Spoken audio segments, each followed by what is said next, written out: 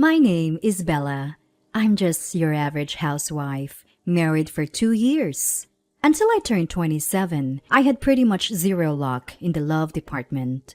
I went to an all-girls private middle and high school, followed by an all-women's university. After graduating, I worked as a receptionist at a big corporation where, unsurprisingly, all my colleagues were women. In my social circle, it was the norm for people to get invited to parties by business executives, but not for me. I never attended such gatherings. The reason was simple. Whenever I talked to men, I became so nervous that I couldn't even speak. I often received compliments on my appearance and got invited out a few times. I had dinner with some kind-hearted guys, but in the end, they'd say, "You're pretty, but there's not much else to you." Then it happened. My destiny knocked on the door. "Bella, will you go out with me?" That's what Lex, an employee from one of our client companies who always registered at my desk, said to me. People around us speculated we were dating since he would only give his contact info to me. But that wasn't the case. Whenever he tried to engage me in conversation, I just gave polite smiles like I did with everyone else. I truly thought I was destined to be single forever. But then, his confession changed everything. Can we maybe just start off as friends?" Caught off guard, that was my reply. And yet, he nodded so eagerly. It was as if his head would fall off, and he entered the office still smiling. This was a first for me. Until now, it had always been guys with clear, ulterior motives like, "Want to have dinner?" or "Free tonight?" But with Lex, I sensed no such intentions, just pure affection. I was so thrilled. I went out with him a few times. Though I was still nervous and not much of a conversationalist, he accepted me for who I was. And that's when I knew. "Lex, would you like to be in a relationship with me?" He was overjoyed, even to the point of tears.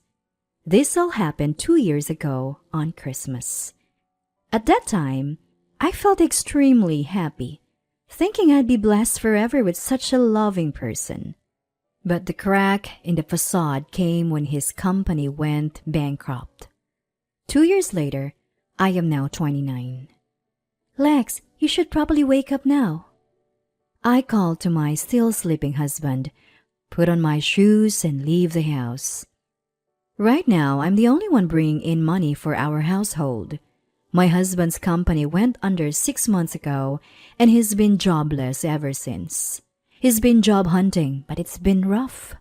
Not only is the economy bad, but his industry is also saturated. Even if he gets an offer, it's often for a take-home salary of just $2,000, making it difficult for him to commit to changing jobs. Despite all this, I continue to support him. Our love isn't so superficial that it would fade just because of unemployment. My salary has always been modest. We've never lived a life of luxury. We reside in a 2-bedroom rental apartment that's over 30 years old. It's not a secure building, and it's a 30-minute walk from the train station, but I was willing to compromise on many things to continue our life together. I suspected my husband still couldn't move on from the shock of his company going bankrupt.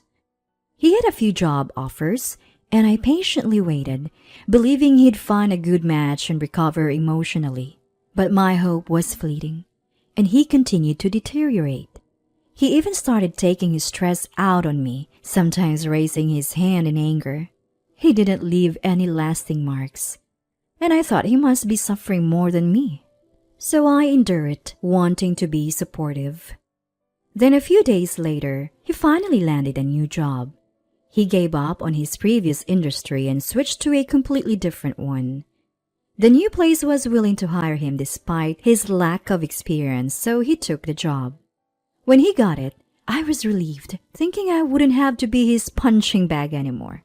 I'd wondered if he was becoming abusive, but it seemed like it was just a phase. Now he's working hard at the new company and even got promoted to team lead. A year has passed since then, and I turned 30. I was thinking about having kids soon. but the loving man I married seemed to have vanished. Hey, I told you I like toast. Why did you make pancakes? And if you're gonna serve fruit, at least remove the pit. My husband started getting angry over the smallest things and began saying awful stuff. Really? Do you have to speak like that? You're an adult, Lex. Take out the pit yourself, I retorted, losing my patience. He responded by slamming his fist into the wall, intimidating me. I'm not confrontational, but I know instinctively that his behavior is emotional abuse. Lately, I've been careful not to provoke him, but we've been fighting a lot, and I'm emotionally drained. The breaking point for me was when he took it out on me. The pressure of his new job seemed to be the root cause. He got promoted to team leader shortly after proving his worth. Not everyone's telling him he's on the fast track to becoming a department head. Unable to bear this new pressure, he started lashing out at me, the easier target. Actually, I quit my job when I turned 30 to become a housewife. I'd always planned to leave my receptionist job in my 30s to pursue something I truly wanted to do. My husband knew this, so I retired as planned at 30. But it seems he doesn't like it. In this day and age, women need to work too. I can't support both of us on my salary alone, you know?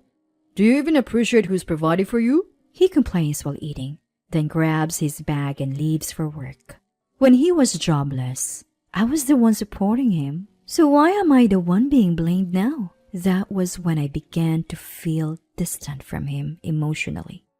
One day, I returned home to find unfamiliar shoes at the door. To my surprise, my mother-in-law was lounging in the living room. "Oh, Mom, what are you doing here?" When I approached her, my mom flatly said, "Didn't Lex tell you? I'm moving in here from today." I had never heard anything like this. Later, I found out the reason was that my father-in-law had passed away and my mom-in-law was feeling lonely. So my husband had suggested she moved in. Of course, no one consulted me. As I stood there stunned, Mom-in-law ordered me to start making dinner. A homemaker's worth is proven by serving her family, so get on with it. Confused and frustrated, I went to the kitchen to make dinner anyway. Then as the food was nearly ready, Mother-in-law came in and said, "Lex hates stewed burgers. This is garbage." She dumped the almost finished dish into the trash. I was sitting inside, but oddly words failed me when I was confronted by this unexpected situation. Unable to speak up, I watched as my mom-in-law caused a scene. And then my mother-in-law started rummaging through the fridge and began cooking without asking. Finally, regaining my composure, I said, "Hold on, Mom. I planned meals for the week and bought groceries accordingly." Just as I said that, he dumped flour on my head. Coughing from the flour, I continued to watch her make her dish and then demand I clean up. My husband eventually came home and was delighted to see the meal. "Oh yes, this is the kind of food I want. No need for salads. Fried stuff is the best." Ignoring me, he happily sat down to eat with Mom. At that point, my heart felt like it had been smashed and painted over the black ink. From then on, the daily harassment from mother-in-law and the emotional abuse from my husband continued. I felt there was no place for me in this home. And even though my husband has pressed for intimacy, under the circumstances I naturally couldn't accept. I had been avoiding getting pregnant, even though I'm already 30, because I don't want a child with this abusive man. Then finally, the last straw broke. My mom-in-law said she was feeling unwell and asked me to drive her to the hospital. I didn't want to spend time with her, but I couldn't just leave her unwell. So I begrudgingly drove her to the hospital. But when I went to pick her up, a social worker called me into a separate room. "You must be having a tough time doing all the housework and childcare alone, but taking it out on your husband and mother-in-law isn't good," she said. Apparently, mother-in-law had been claiming that I caused her bruises from a fall. Worse, she'd been going to the hospital multiple times and had consulted about me every time. It seems she had chosen today to deliver the final blow. The social worker, not knowing the whole story, just blamed me. You should take better care of children and the elderly. All the while, our family doesn't even have kids. I reached my limit when I was told I might need psychiatric help. I'll sue you for violating my rights. I'm the one being abused here, not the other way around. I showed evidence for my husband's abuses and the burn marks caused deliberately by mom-in-law. The social worker said she'd need to confirm this with mom-in-law, but I refused and left the hospital on my own. Soon after, my mom-in-law and husband returned home. Apparently, mom-in-law told my husband that I'd been mean to her. Shaking, my husband said, You're parasite leaving of me. How dare you abandon my mother? I don't know what kind of story my mom-in-law spun for you, but judging by her fake tears, she lied again. I was tired of correcting her, so I walked out of the house ignoring both of them. That day, I didn't return home and spent the night in a business hotel. Thankfully, I had my wallet and cell phone, and I could easily buy a charger. I decided not to go back home for a while and ignore both of them. But one day I was walking near the house and ran into a woman in her 50s living across from our apartment. Was getting worried. Haven't seen you around. Also heard from your mom that you and your husband are going on vacation for a week or so. Hearing that, I couldn't help but let out a dry laugh. But then I thought, if not now, when? I immediately contacted a moving company and asked them to help me move out as soon as possible, even if it was a bit more expensive. Luckily, I didn't have much stuff, and the movers arranged to send everything to my parents' house in just 3 days. Let's see how my clueless husband and his mother, who have no idea how much I've contributed to our home, react. They belittle me without knowing anything, and I won't forgive them. I muttered as I faced our empty house, and then I went back to my parents' home. A few days later, my husband called me. Hey, Bella, where are you? Your room is empty. My husband, catching wind of the situation, kept demanding to know where I was. None of your business, I told him. By the way, I've already filed out the divorce papers since you've threatened divorce before. Just sign and submit them. I hung up the phone and blocked his number. And so, a peaceful life began. I woke up, did yoga, prepared breakfast, and sat down at the table with my parents. Lunch with mom and dinner as a family again. I felt so normal, yet it was a comfort and happiness I hadn't felt in a long time. My parents were surprised when they received my things but welcomed me warmly. Things took a turn when my husband found out I was at my parents' and waited for me nearby. I tried to run when I saw him, but he caught up and grabbed my arm. Bella, let's go home. The house is a mess without you. His grip tightened, and I yelled, Help me! A high school boy in his sports uniform happened to be passing by and came to my aid, and a nearby businessman called the police. With the police there, my husband retreated quietly. But as expected, my raging mother-in-law stormed into my parents' house. How dare you humiliate my son in public?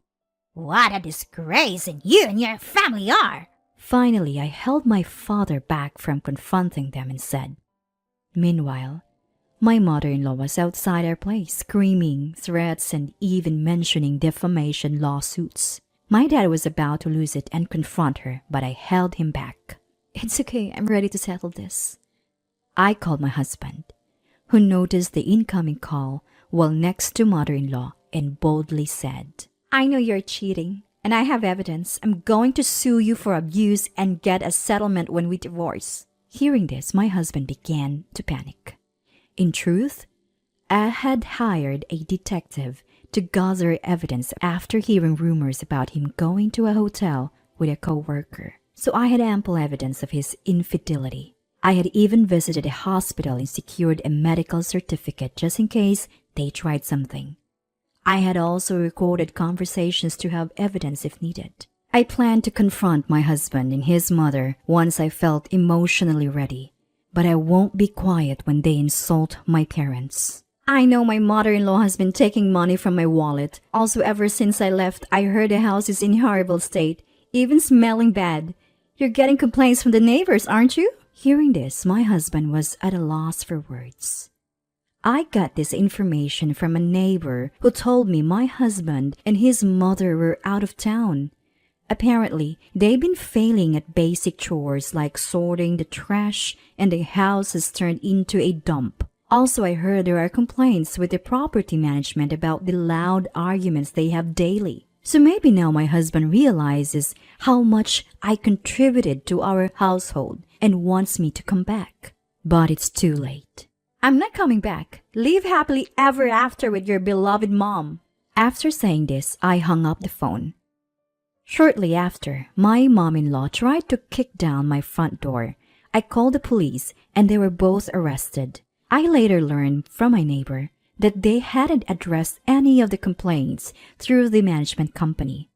Eventually, the drama got so bad that it emptied out the entire apartment complex. The management finally took legal action against both of them, ignoring complaints, not paying rent, and disrupting business. They faced a lawsuit seeking damages. In the end, they were ordered by the court to vacate and pay damages. Now, they're blacklisted in the real estate market, unable to rent anywhere. Turns out, the reason for the unpaid rent was my husband making a costly mistake at work, leading to a pay cut. Unable to find another place in the area, he quit his job and moved far away.